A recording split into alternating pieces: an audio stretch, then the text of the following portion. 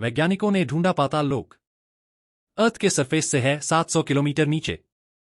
यहां मौजूद है एक अलग दुनिया, जहां हर तरफ है पानी ही पानी। जी हां, जमीन के नीचे एक और समुद्र का होना सिर्फ पुरानी कहानियों में सुना जाता था, लेकिन अब यह कहानी सच हो गई है। भारतीय पुराणों में पाताल लोक को पृथ्वी के नीचे समुद्र से जोड़कर भी देखा जाता है।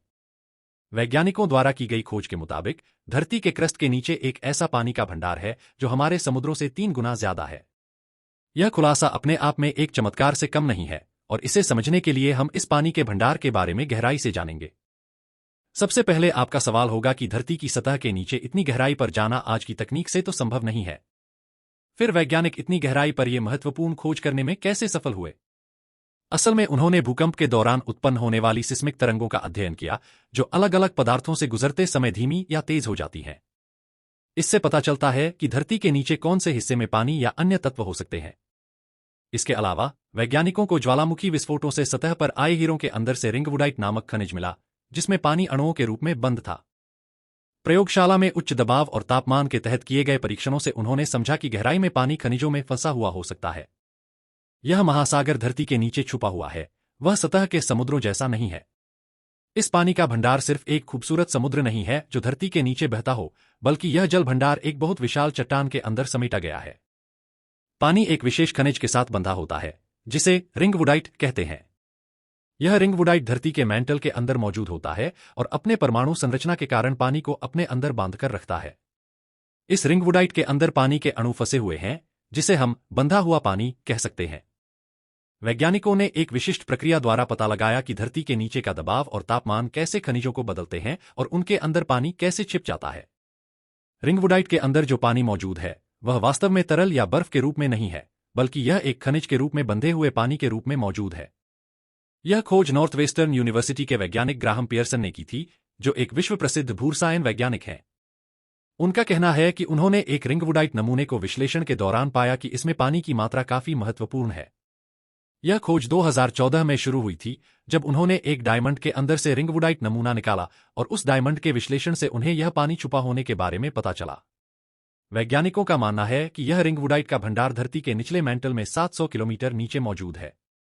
यह जलाशय धरती के टेक्टोनिक प्लेट्स की मूवमेंट को नियंत्रित करता है, और शायद इसी के कारण हमारे महासागर कभी सूखते नहीं हैं। जैसा कि रिसर्च से पता चला है, यह पानी का भंडार काफी विशाल है।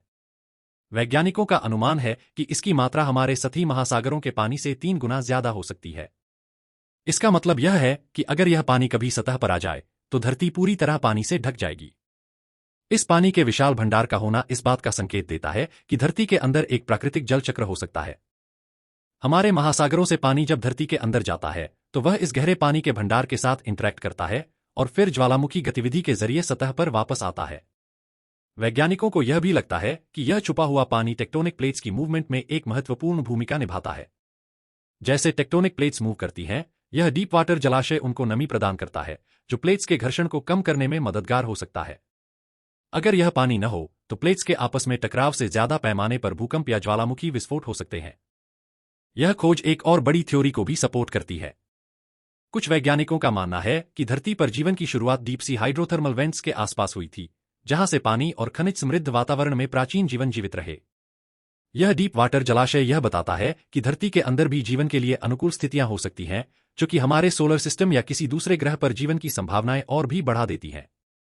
एक सवाल जो कई लोगों के मन में आता है, वह यह है कि अगर यह पानी का भंडार इतना विशाल है, तो हमें अब तक इसके बारे में पता क्यों नहीं था? इसका जवाब धरती के नीचे के जटिल स्ट्रक्चर्स में छिपा है। धरती के सतह से लेकर उसके कोर तक अनेक लेयर्स होती हैं, और उनका अध्ययन करना काफी चुनौतीपूर्ण होता है। सबसे नीचे मैंटल और कोर के बीच का क्षेत्र तो हमारे लिए लगभग अछूता रहा है। लेकिन नए वैज्ञानिक उपकरण और तकनीकें, जैसे सिस्मोलॉजी और हाई प्रेशर एक्सपेरिमेंट्स, हमें धरती के अंदर की संरचना को समझने में मदद कर रहे हैं।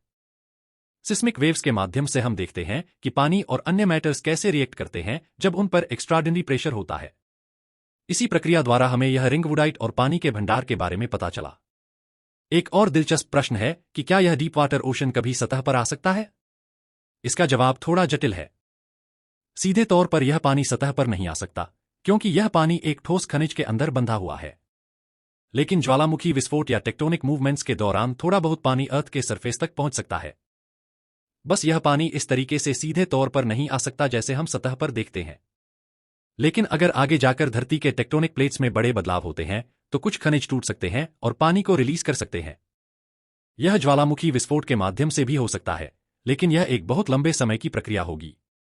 धरती के अंदर इतना बड़ा पानी का भंडार होना हमारे लिए एक वैज्ञानिक क्रांति से कम नहीं है।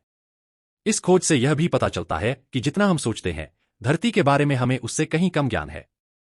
इस खोज के साथ ही एक नया दरवाजा खुल गया है, जहां हम डीप अर्थ सिस्टम्स के साथ साथ दूसरे ग्रहों पर भी जीवन की संभावनाएं खोज रहे हैं। शायद आने वाले समय में हम इस पानी के भंडार को और बेहतर समझ पाएं, और शायद एक दिन हम इस ज्ञान का उपयोग दूसरे ग्रहों पर जीवन की खोज करने में कर सकें।